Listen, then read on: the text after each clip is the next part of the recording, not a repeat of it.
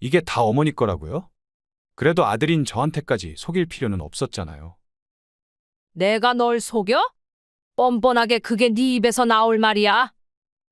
아무리 그래도 이렇게까지 하실 필요는 없잖아요. 저희가 엄마 재산까지는 바라지 않을게요. 그냥 이 가구들 원래 저희 집으로만 좀 옮겨주세요.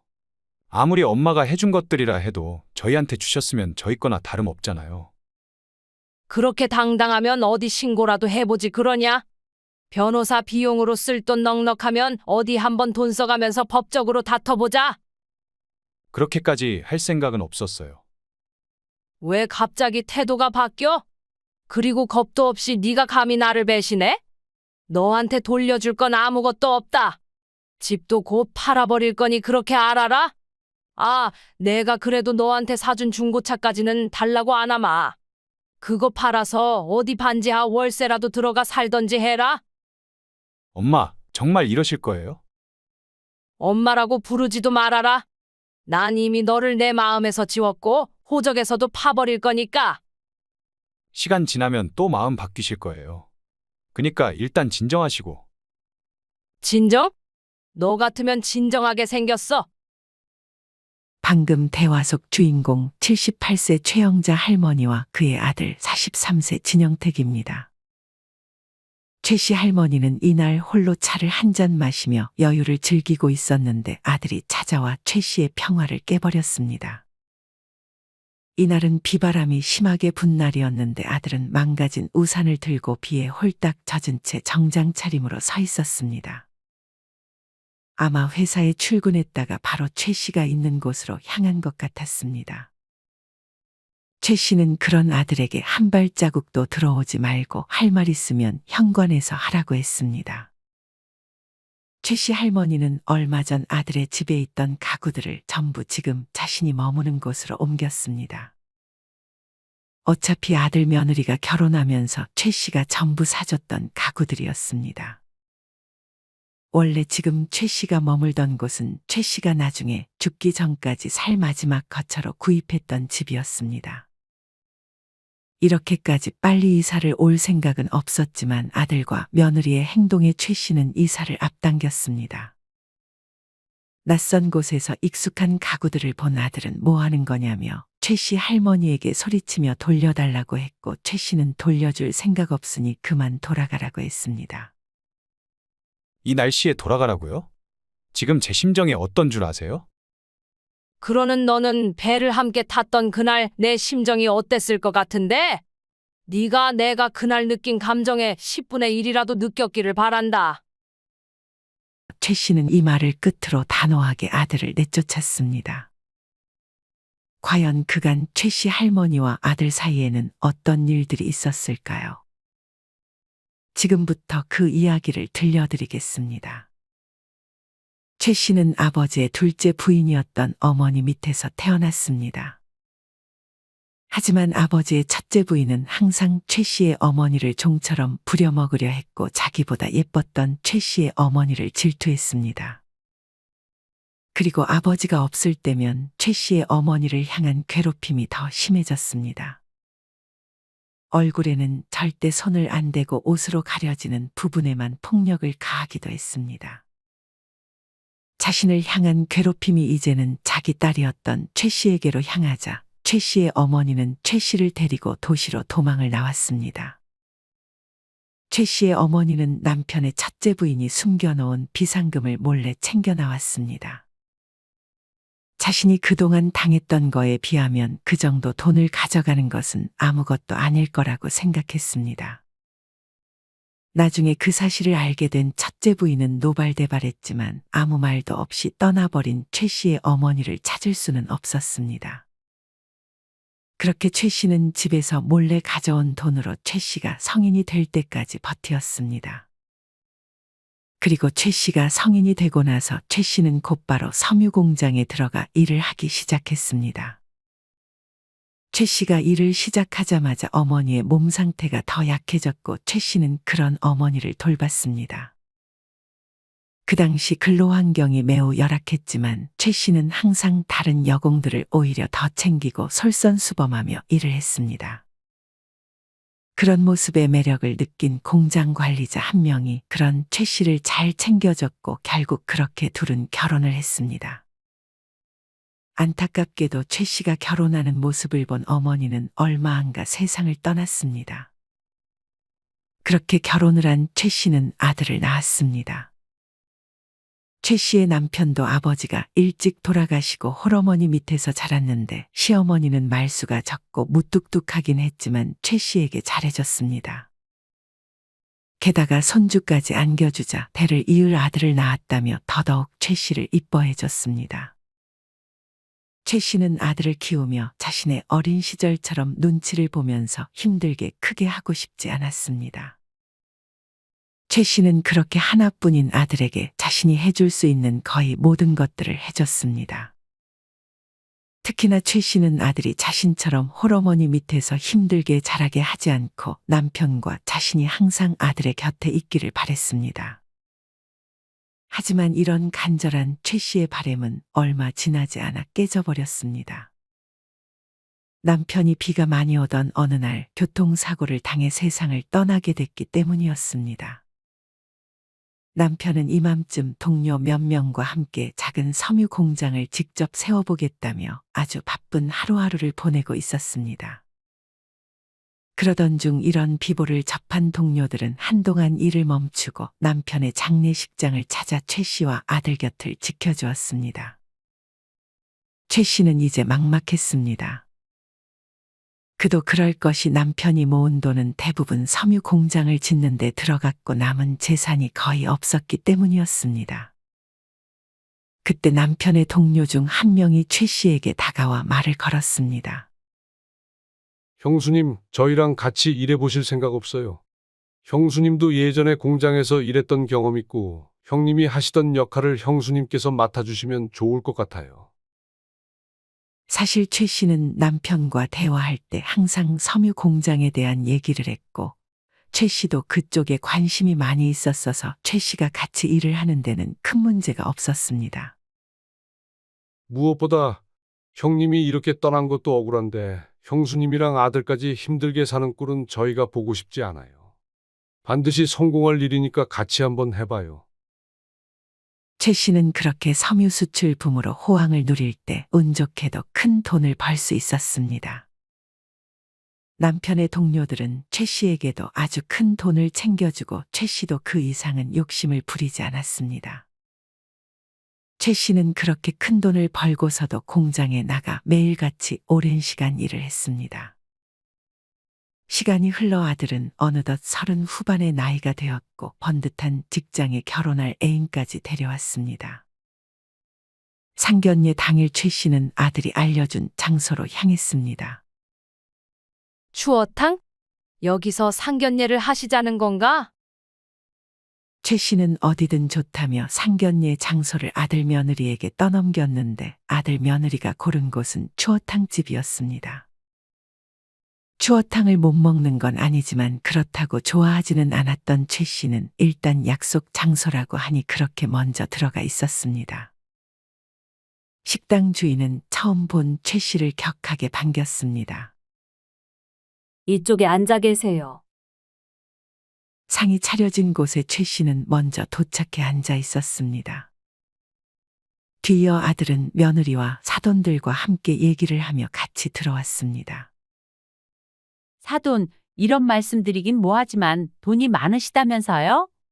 사위가 저한테 평소에 돈 걱정은 하지 말라며 집이고 혼수고 다 자기가 해갈 거라고 그렇게 말하더라고요. 아, 저희 아들이요? 최 씨는 아들을 잠깐 째려봤습니다.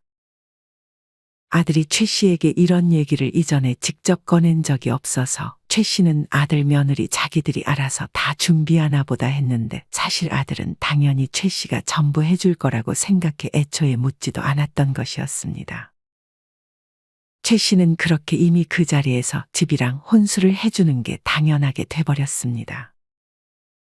상견례에서 말은 거의 안사돈만 주로 했습니다. 말이 어찌나 많던지 귀에서 피가 날 지경이었습니다. 그렇게 밥을 다 먹고 차가 나오길 기다리며 최 씨는 잠깐 화장실로 향했습니다. 최 씨가 화장실에서 나오려던 그 순간 가게 뒤쪽 마당에서 안사돈과 가게 주인이 대화하는 소리가 들렸습니다. 최 씨는 안사돈이 워낙 낯가림이 없어 처음 본 사람과도 부침성이 좋다고 생각했습니다. 하지만 대화를 조용히 들어보니 둘은 반말을 하고 있었습니다. 원래 알던 사이가 아니라면 반말을 할 일은 없었습니다. 최 씨는 그렇게 이번엔 대화의 내용에 귀를 기울였습니다. 어떤 거 같아? 괜찮은 것 같은데 일단 재산도 꽤 있는 것 같고 그래도 개념 있는 사람 같아. 뭔가 허세나 이런 것도 없고 그렇다고 정이 없는 사람 같지도 않고. 나는 직접 마주보며 대화해도 어떤 사람인지 잘 파악이 안 되더라. 그래서 우리 가게에서 상견례도 하고 나한테 사람 어떤지 봐달라고 부탁한 거잖아.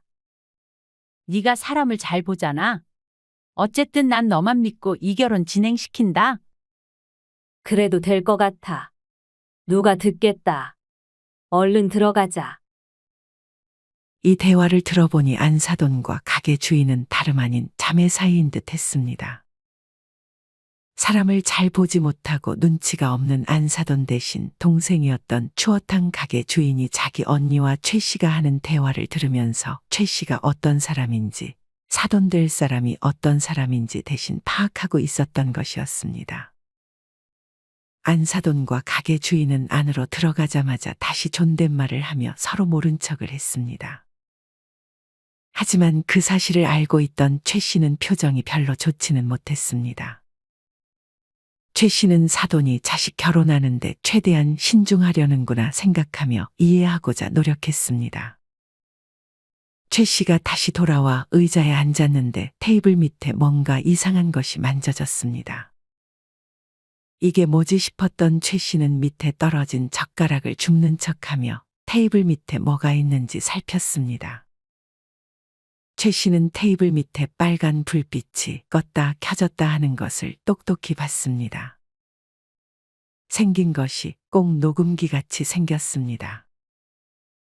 최 씨는 누군가 최 씨와 사돈들의 대화를 녹음하는 것이라 생각해 바로 녹음기를 떼서 사람들에게 보여줬습니다. 이게 뭐예요? 사돈은 그 녹음기를 보자 당황한 기색이 역력했습니다. 가게 주인은 화들짝 놀라 다가왔습니다. 아, 이게 왜 여기 있지? 그냥 그 도난 방지를 위해 달아놓은 거예요. 가게 주인은 말도 안 되는 변명을 늘어놓았습니다. 그럼 이 기계 떼버렸을 때 뭐라도 울렸어야 되는 거 아닌가요? 너무 조용한데요? 그게 가게 주인이 당황하며 어버버하자 사돈이 어쩔 수 없다는 생각에 솔직하게 말을 꺼냈습니다. 사실 제가 달아놓은 녹음기예요. 네? 녹음기를 왜 달아놓으셨어요? 그냥 사돈이랑 대화하면서 제가 내뱉은 말들 나중에 잊어버릴까 해서요. 잊지 않고 전부 지키고 싶어서 달아놓은 거예요. 엄마, 나쁜 의도도 아닌데 이제 그만하세요. 최 씨는 그런 아들의 말에 더 이상 그 부분에 대해 말을 꺼내지 않았습니다. 하지만 이전에 뒷마당에서 안사돈과 가게 주인이 나눈 대화 내용으로 유추해 봤을 때 녹음기를 달아놓은 이유는 최 씨와 아들이 한 말을 증거로 잡아놓을 작정인 듯했고 다시 한번 그곳에서 했던 대화 내용으로 최 씨가 어떤 사람인지 정확히 파악하려고 그랬던 것 같았습니다.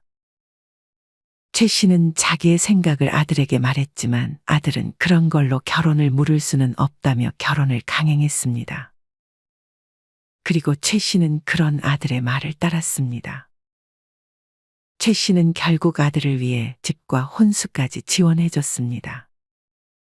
최 씨는 이후 섬유공장 산업이 쇠퇴하며 문을 닫기 일보 직전에 공장을 그만두었습니다. 최 씨는 정말 운이 좋았습니다. 최 씨는 공장에 빚이 쌓이기 전에 그만둬서 이후에 문을 닫는 과정에서 생긴 빚들을 감당하지 않아도 됐습니다. 최 씨의 사돈은 어찌나 정보를 빨리 습득하던지 이내 최 씨와 동료들이 같이 운영하던 공장이 망했다는 사실을 알게 됐습니다.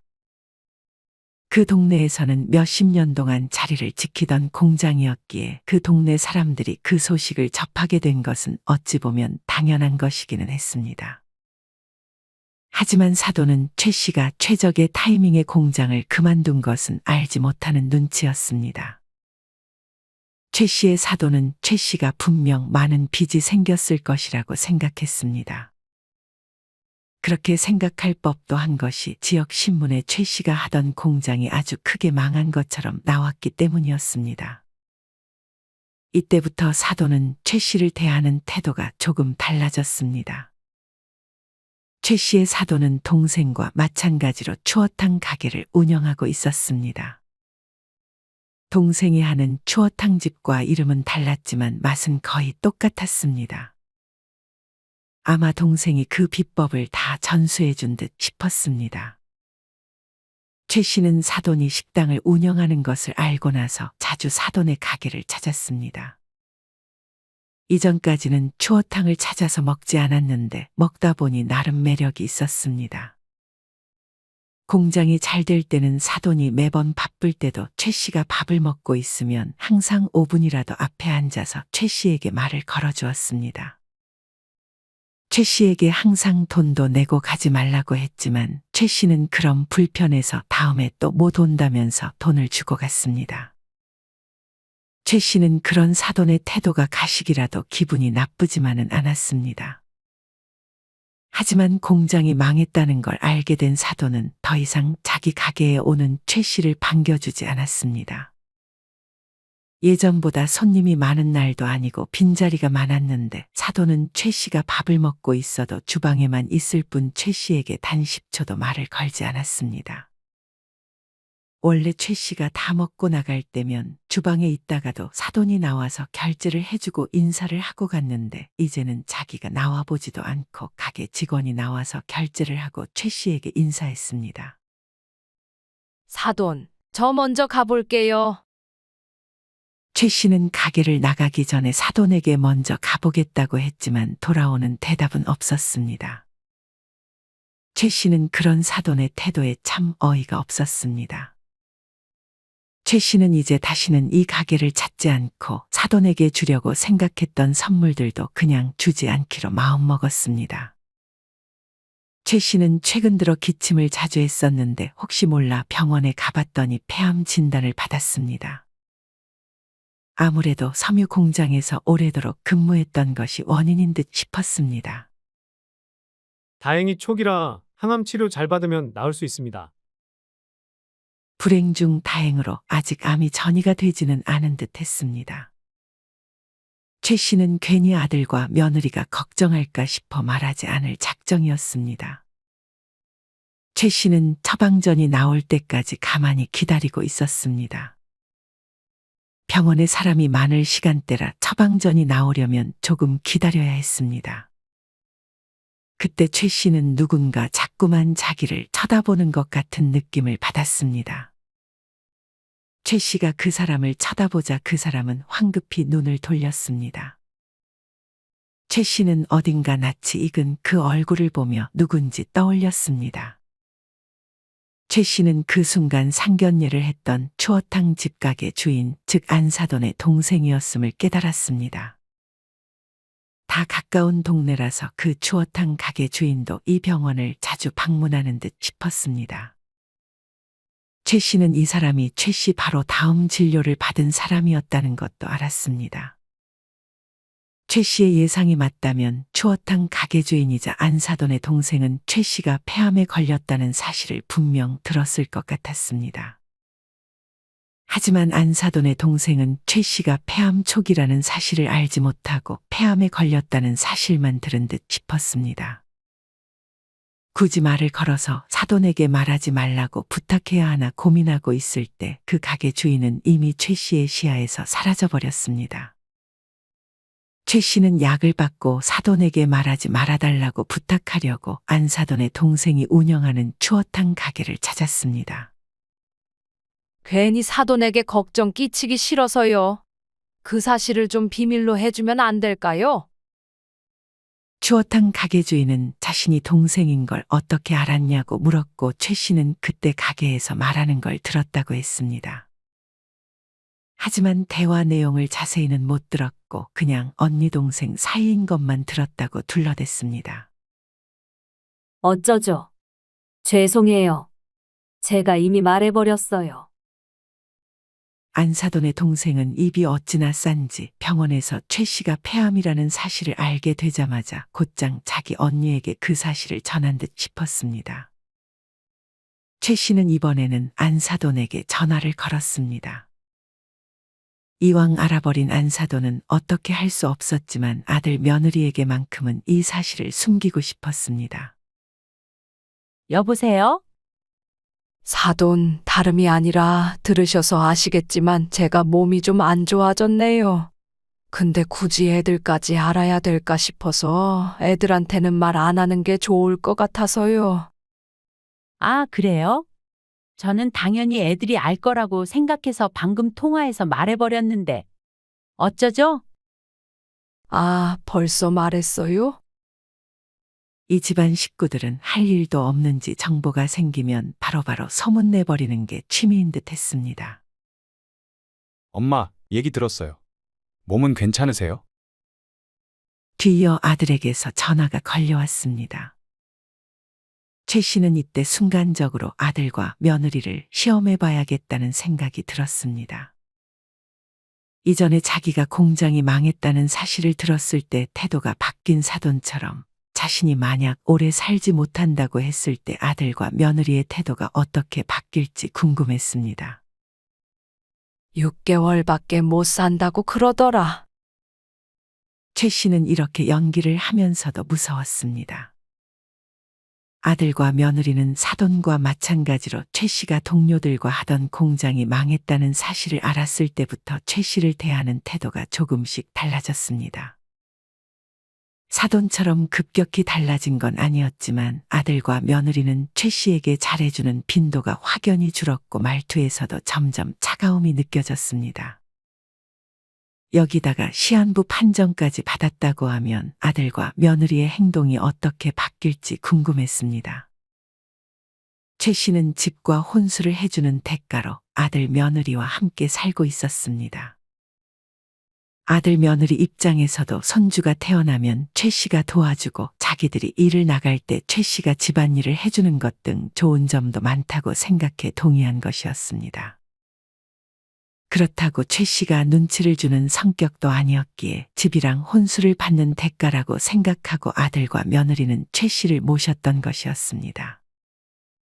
사실 최 씨도 언제든지 아들 며느리와 사는 게 마음에 들지 않으면 나갈 생각을 하고 있었습니다. 이미 최 씨는 자신이 나중에 죽기 전까지 혼자 살 집을 이미 구매까지 해놓은 상태였습니다. 그렇게 최 씨는 병원에서 돌아와 아들 집으로 들어갔습니다. 아직 아들과 며느리는 퇴근을 하지 않은 듯 했고 최 씨는 이날 일찍이 잠이 들었습니다. 그 다음 날은 어버이날이었기에 최 씨는 아들 며느리와 밥이라도 먹으며 사실 시한부인 건 거짓말이고 그냥 솔직하게 수술 받으면 나을 수 있다고 말을 해야겠다 생각했습니다. 원래 어버이날이면 점심을 같이 먹거나 사돈네와 함께 같이 저녁을 먹었습니다. 하지만 할머니가 일어났을 때 아들과 며느리는 집에 없었습니다. 휴일인데 다들 어디를 갔나 싶었습니다. 핸드폰을 확인해 보니 약속을 갔다며 집에 있는 반찬을 꺼내 밥을 먹으라는 아들의 문자만 남겨져 있었습니다. 허기가 진 최 씨는 냉장고를 열어 반찬을 꺼냈고 밥통을 열어 밥을 푸려는데 밥에서는 쉰내가 나고 있었습니다.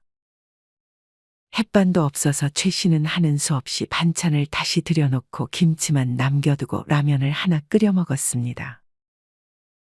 이전에는 항상 자기가 나가볼 일이 있어도 최 씨에게 식당 못지않게 밥을 차려주고 나가던 며느리의 모습은 더는 존재하지 않았습니다.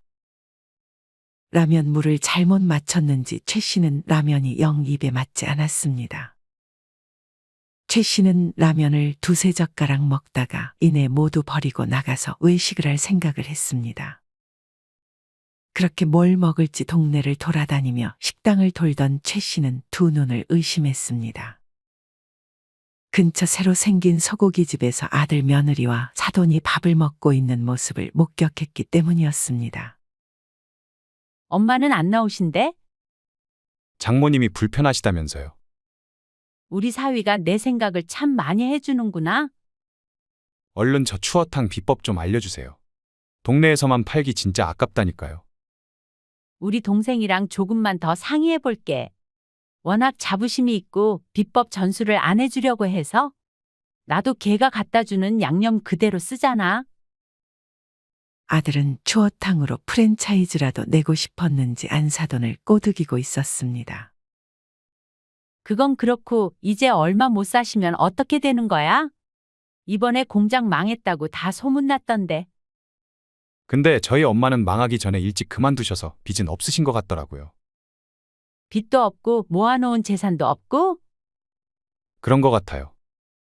그래도 집이랑 혼수는 받았으니 그걸로 만족하려고요.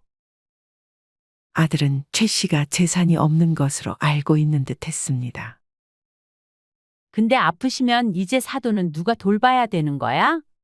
설마 내 딸 보고 돌보라고 할 건 아니지?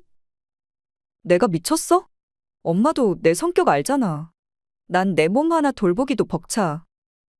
걱정 마세요. 제가 요양병원으로 모시던지 할게요. 요양병원도 돈이 얼마나 많이 드는데? 그러지 말고 공기 좋은 곳에 혼자서 사시게 하는 건 어때? 왜 그때 우리 여행 갔던 섬 있잖아. 거기 살게 하시면 딱이겠는데. 항암 치료 받으면 고생만 하다가 돌아가시는 경우도 많잖아. 아들과 며느리는 최 씨에게는 말도 하지 않고 사돈과 자기들끼리만 여행도 자주 다니는 듯 싶었습니다. 최 씨는 그간 공장에 다니며 바쁘게 사느라 그 사실을 혼자만 알지 못하고 있었습니다. 아들은 잠깐 고민하더니 장모의 말에 일단 알겠다는 말을 꺼냈습니다. 최 씨는 그 모든 대화를 듣고 쓸쓸히 집으로 돌아갔습니다. 최 씨는 자기는 더 이상 가족이 없다는 생각이 들었습니다. 최 씨는 모든 걸 다 잃은 듯한 표정을 짓다가 이내 이를 꽉 깨물었습니다. 아무리 자기가 혼자가 되더라도 그렇게 당하기만 할 수는 없었습니다. 최 씨는 이내 어딘가에 전화를 걸었습니다. 며칠 후 아들과 며느리는 최 씨에게 여행을 제안했습니다. 아마도 그때 소고기 집에서 말한 그 섬으로 최 씨를 보내려는 것 같았습니다. 최 씨는 때가 됐다고 생각하고 아무것도 모르는 척하며 아들에게 물었습니다. 갑자기 여행은 왜?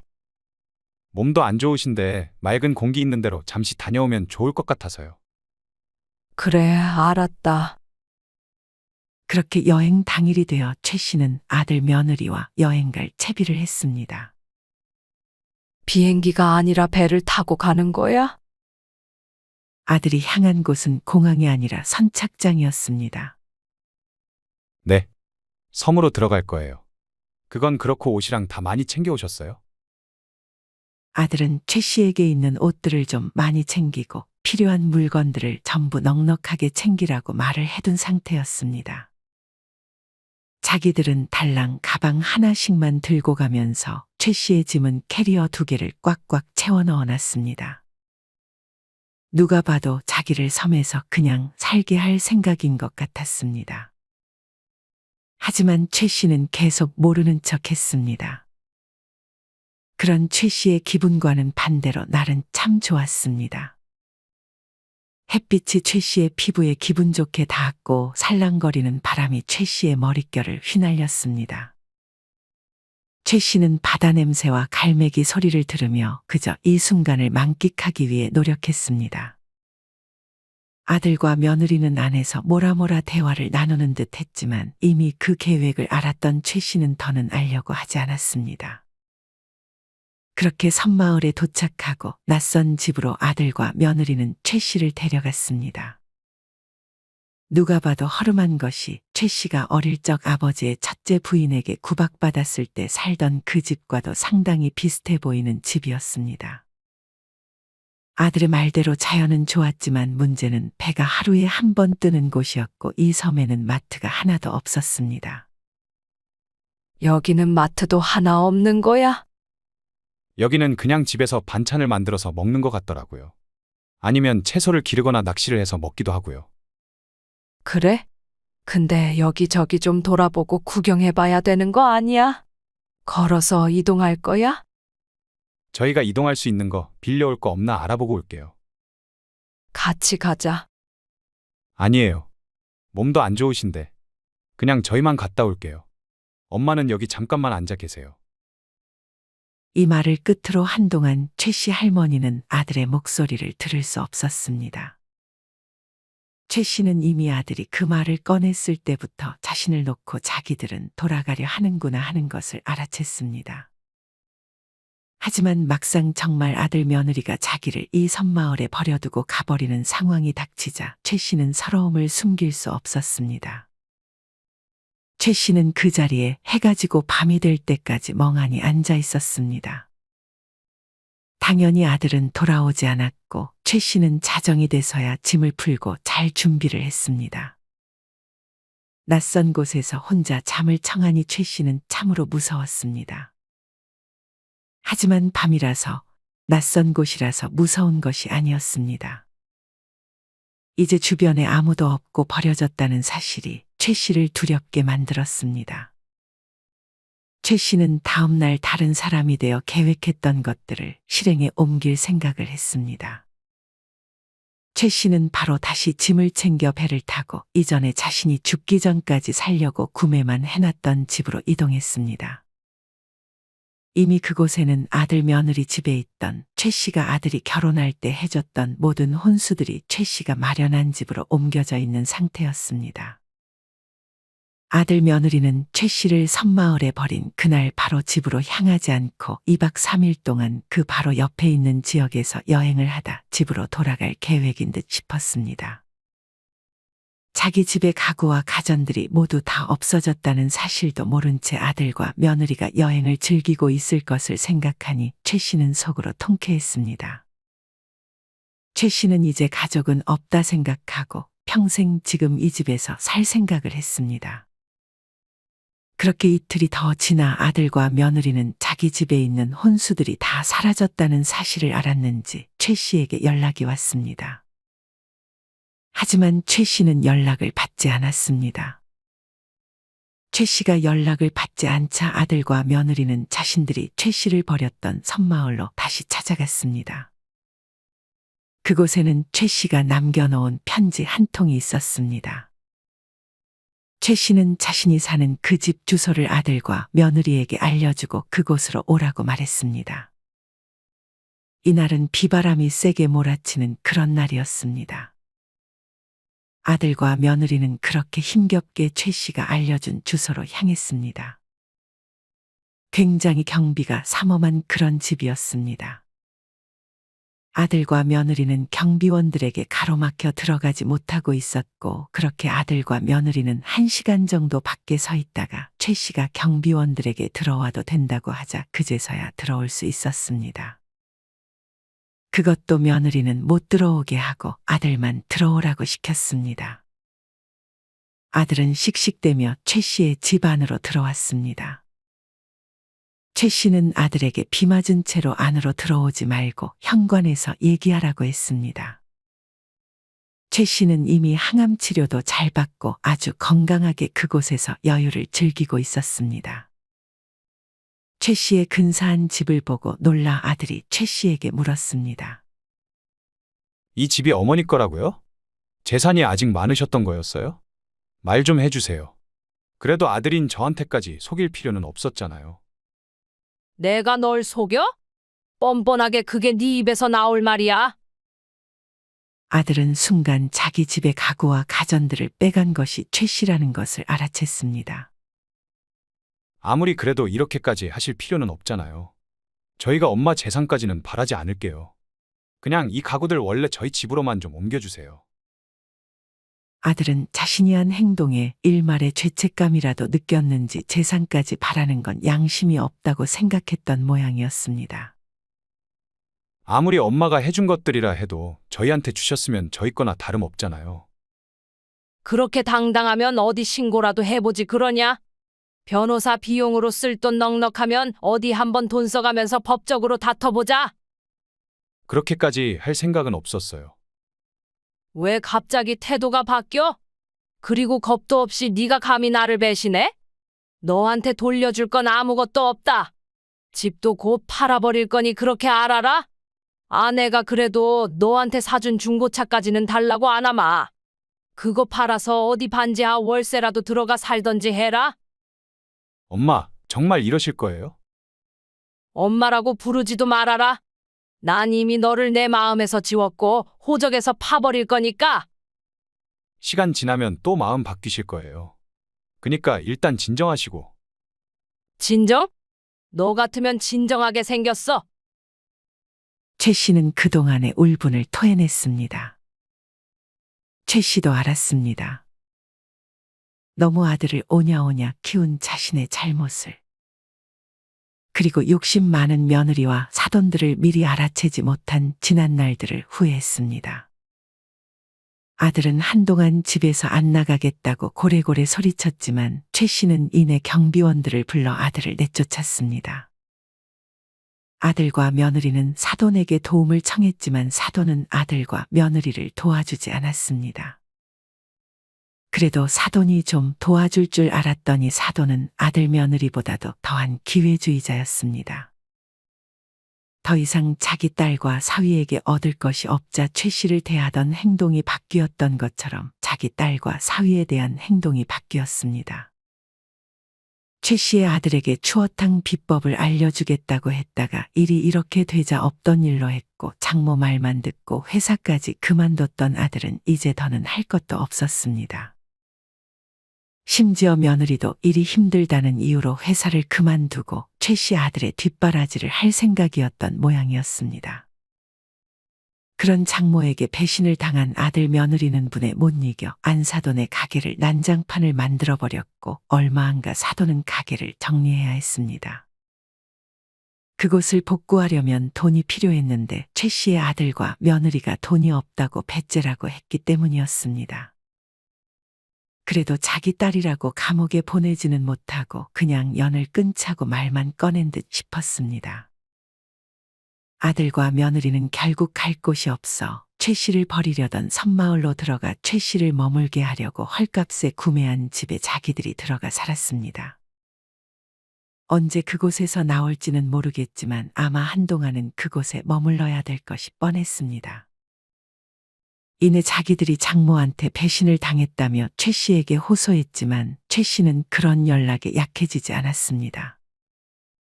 최 씨는 앞으로 몇 년 동안은 아들과 연락을 할 생각이 없었습니다.